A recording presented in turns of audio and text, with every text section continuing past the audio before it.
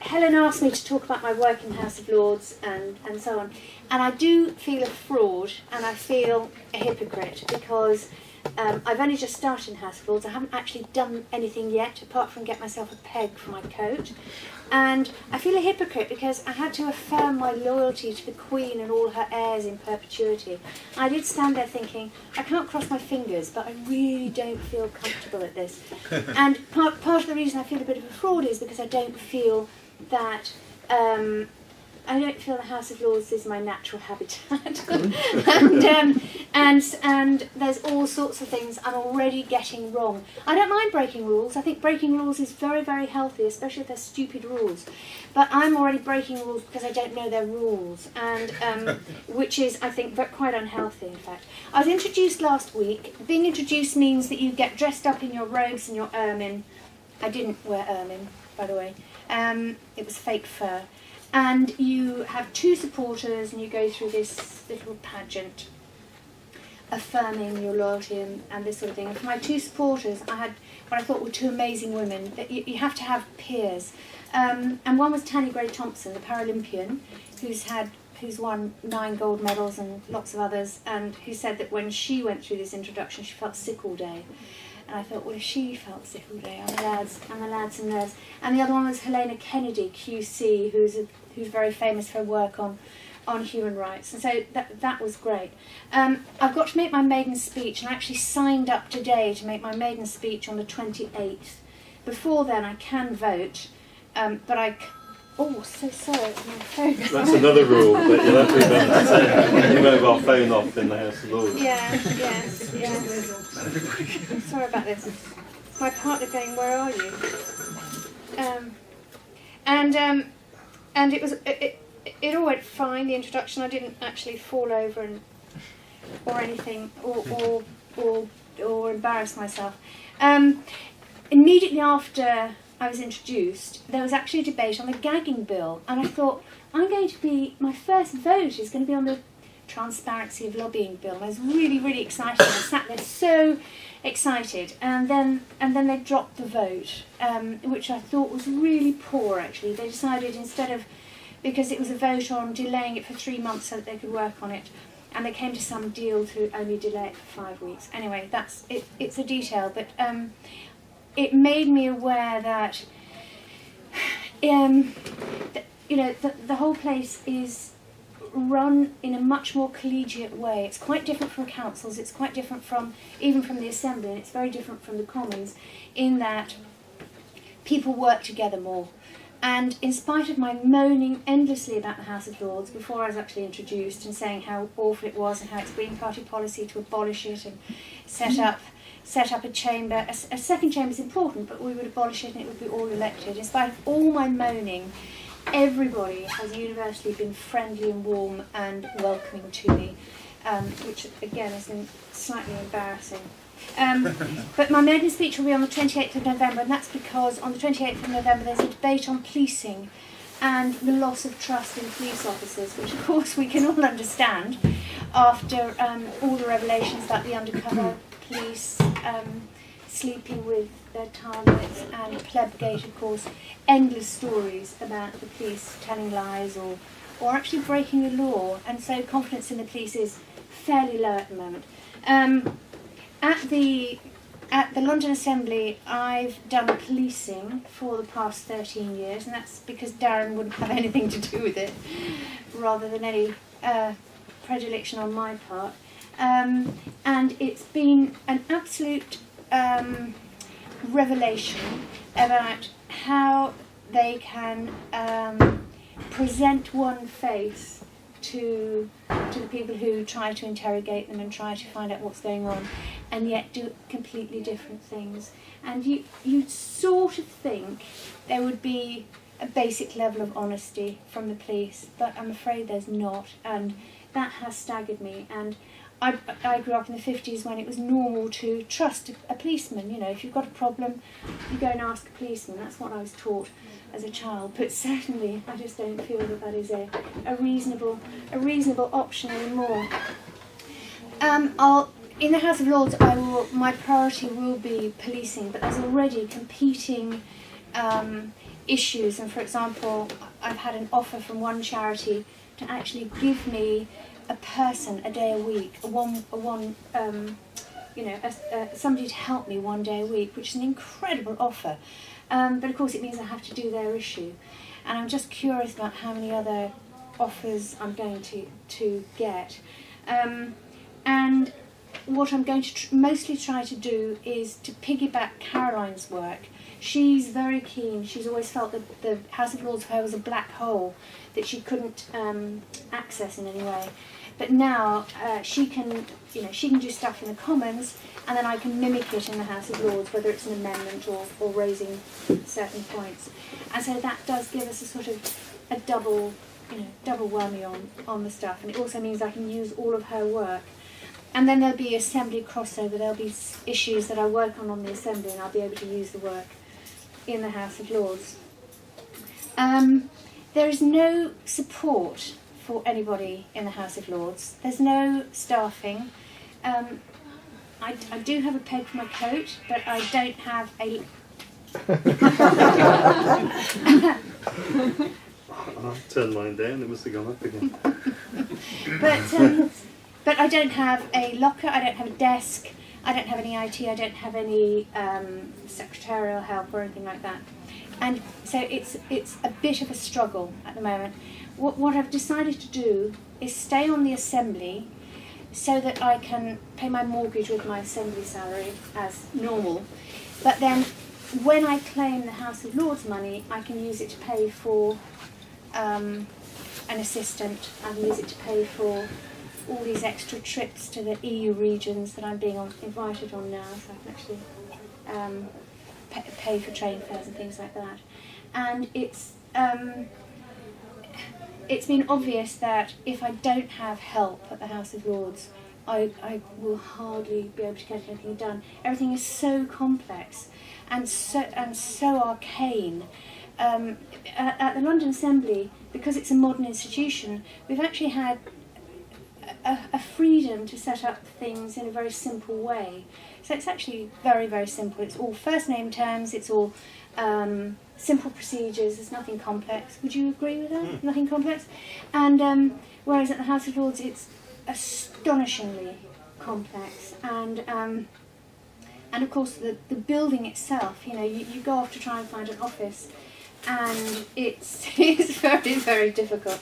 And there's also, for example, I was talking to somebody who worked there a couple of days ago, and we were walking along, and I said to her, "Oh, what are those people over there doing?" And she didn't answer me. She just looked at me and carried on walking. So I repeated my question to her, and she still didn't answer me and just carried on walking. And then she stepped through a doorway in front of me. She turned around and said, "I can't talk on that carpet." There is a carpet on which you can only talk if you're a peer. Now, there are lots of weird things happening, but so far that was one that I found the weirdest. But there are lots of things like it. On this, oh yes, two other things. My daughters get a title. My children get a title, and I don't know if anybody knew this, but if you're the child of a peer, you get a title. You're called honourable.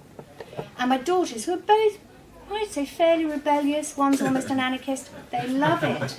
I thought they'd go, "Oh, that's ridiculous." And they did say that's ridiculous, but they also said great. And one of my daughters that got married actually had it on her order of service. That's how much they thought it was ridiculous.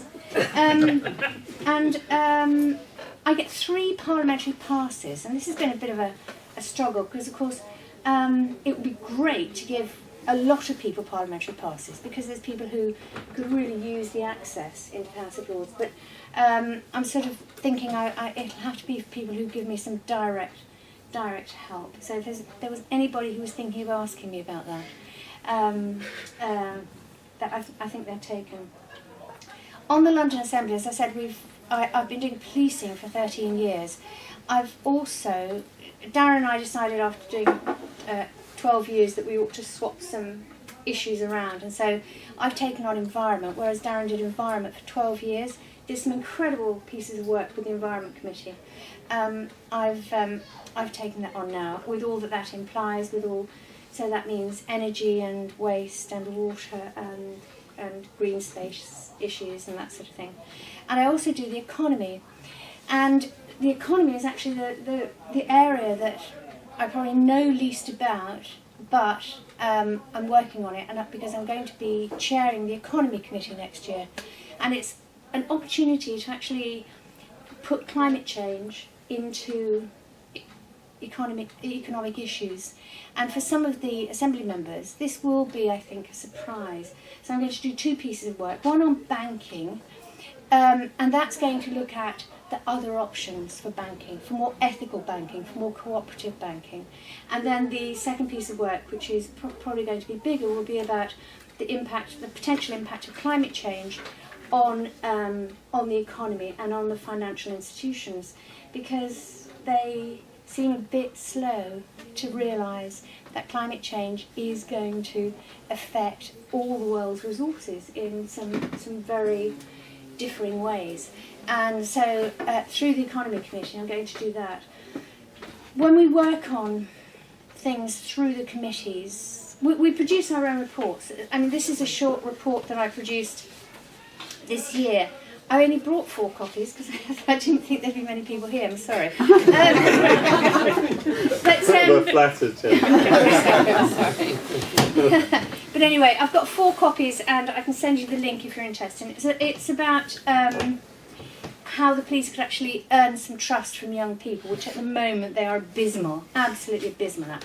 And when we produce a report like this, which is just from me, I think Dara's just done one on housing called Crumbs for Londoners, which was fantastically well received, quite radical stuff, then we can say what we like.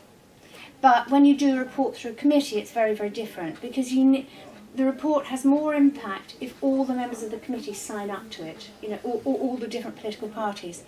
And the officers are quite good at City Hall at actually getting buy-in from all the different political parties. Part of that is getting the right people to the evidence sessions, because if they hear the evidence, it's very difficult to disagree with it, because they're hearing from experts, whether it's on policing or on the economy, banking, whatever. And it has more impact if we can get total political support. I'm just doing a piece of work on stop and search as well, and that's been absolutely fascinating. And even the Tories, I think, have sort of found it quite shocking, and I'm hoping that they'll buy into it. But generally, reports that are cross-party are much more limited in their radical ideas, but at the same time there's often some really quite important stuff that we can promote. And of course, once the report's written, the person who is promoting the report, the chair of the committee or the rapporteur or whoever, can say what they like, really, or not, more or less, and extrapolate from the report. And so I'm looking forward to the next year. It's going to be, I think, it's going to be quite tough on the Economy Committee, because it is a big topic, and I am preparing for it by having we're bringing in some. This is what the Green Group is doing. It's not for the whole committee. We're bringing in bankers, and we're bringing in people who think differently about banking, and actually having a sort of a seminar on it. And we're also working out which experts we want to come in, because the evidence that they give is the crucial thing for the report. And for example, one of Boris Johnson's brothers, is it Leo, actually works next door at PricewaterhouseCoopers, next door to City Hall, and he works. His job title is Sustainability Advisor for PricewaterhouseCoopers. And so I quite like the idea of bringing one of Boris's brothers in to give evidence to our committee about sustainability and the impact of climate change. And I think what I'm hoping with the House of Lords is that it will fit fairly seamlessly in that, for example, during my maiden speech on policing, I think just sort of sets the scene for a topic that there might be people in the House of Lords who know more about policing, because there are ex-police commissioners, several of them, and ex-lawyers and people like that. But I hope what I can bring is a bit of my information is a bit more. My information is a bit more current, and I'm still talking, for example, to people who are police officers who are on the beat, and people who are impacted by bad policing. So I hope very much that my information is current.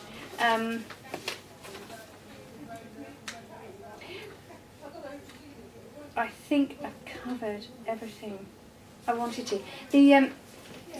When I was offered the I don't know how many of you know, but when the Green Party ran a selection process for the House of Lords list, and I think it was valid for 5 years or something like that, and I came top, and there were lots of other very good people as well. And when Natalie Bennett first told me about the House of Lords seat, I actually said to her, I can't do it because I've got too much work to do at the Assembly. And then of course I went home and my family said, are you mad? But it's a responsibility, but as Darren keeps telling me, it is something for life. And it's quite important to get it right, because the House of Lords operates in such a collegiate way.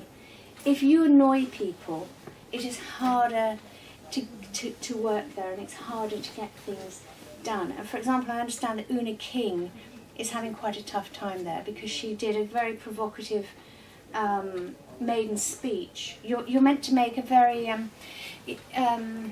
non-provocative maiden speech. You can say radical things, but you mustn't provoke somebody into standing up and disagreeing with you, because the whole principle is you say it and then everybody says what a lovely speech it was, even if they disagree with you. And I think Una King's actually having quite a tough time because she gave a very provocative speech.